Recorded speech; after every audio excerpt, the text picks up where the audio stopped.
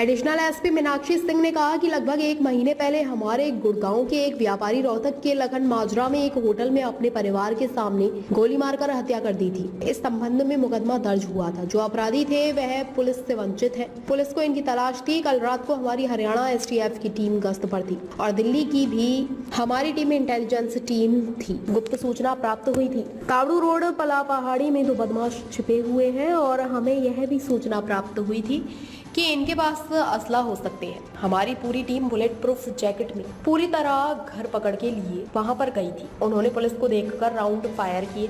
लगभग 10 राउंड बदमाशों की तरफ से फायर किए गए। बचाव के लिए पुलिस ने भी अपने बचाव के लिए लगभग 15 राउंड फायर किए, जिस दौरान अपराधियों के पैर गोली लग गई। उनके पास असला प्राप्त कर लिए हैं और लगभग 3 राउंड बरामद किए हैं। अभी उन्हें नलहड़ अस्पताल में भर्ती कराया गया है।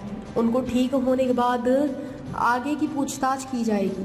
अपराधियों के नाम हम अभी ओपन नहीं कर सकते, यह एक जांच का विषय है। अन्य जगहों पर उनके खिलाफ केस दर्ज फरारी काट रहे थे। पुलिस काफी टाइम से इन बदमाशों की तलाश में थी। पूछताछ के दौरान जो भी जानकारी सामने आएगी आपके सामने पेश की जाएगी। अभी कोई पुष्टि नहीं हुई है, ऐसा सुनने में आया है। जैसा मैंने आपको बताया कि एक बार फर्दर उनसे जो आगे की पूछताछ होगी उसमें जो जानकारी निकल के आएगी उसी के बेसिस पे हम इस बारे में कुछ कह पाएंगे। अभी बस उन्हें जो मुकदमा है, जो अभी रोहतक में जो घटना हुई थी उसके संबंध में ही उन्हें गिरफ्तार किया गया है। बाकी आगे जो फर्दर पूछताछ होगी उसमें उनके जिस भी केस से रिलेटेड अगर कोई डिटेल्स आते हैं तो उसके अनुसार फिर कार्रवाई होगी। तो अभी लगभग 1 महीने पहले हमारे गुड़गांव के बेस्ड एक व्यापारी हैं, तो उनके साथ रोहतक के लखन माजरा में एक होटल पे उनके परिवार के सामने ही उनको गोली मार के उनकी हत्या कर दी गई थी। तो इस संबंध में जो है मुकदमा दर्ज हुआ था और उसके जो अपराधी थे वो वांछित थे, उनकी तलाश जो है पुलिस को थी। तो कल रात को हमारी हरियाणा एसटीएफ की टीम जो कि गश्त पे केएमपी के पास थी वहाँ भी, और दिल्ली की भी हमारी काउंटर इंटेलिजेंस की टीम थी।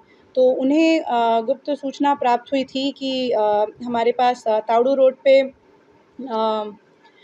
पल्ला पहाड़ी है, वहाँ उसके पास में इन अपराधियों के होने की सूचना प्राप्त हुई थी और ये भी सूचना प्राप्त हुई थी कि इनके पास असलहे भी हो सकते हैं। तो हमारी पुलिस की टीम बुलेट प्रूफ जैकेट में उनकी धरपकड़ के लिए वहाँ पर गई थी, जिसमें उन्होंने भी पुलिस को देख के, पुलिस की गाड़ी को देख के उन्होंने राउंड्स फायर किए। लगभग 10 राउंड उनकी तरफ से फायर हुए हैं।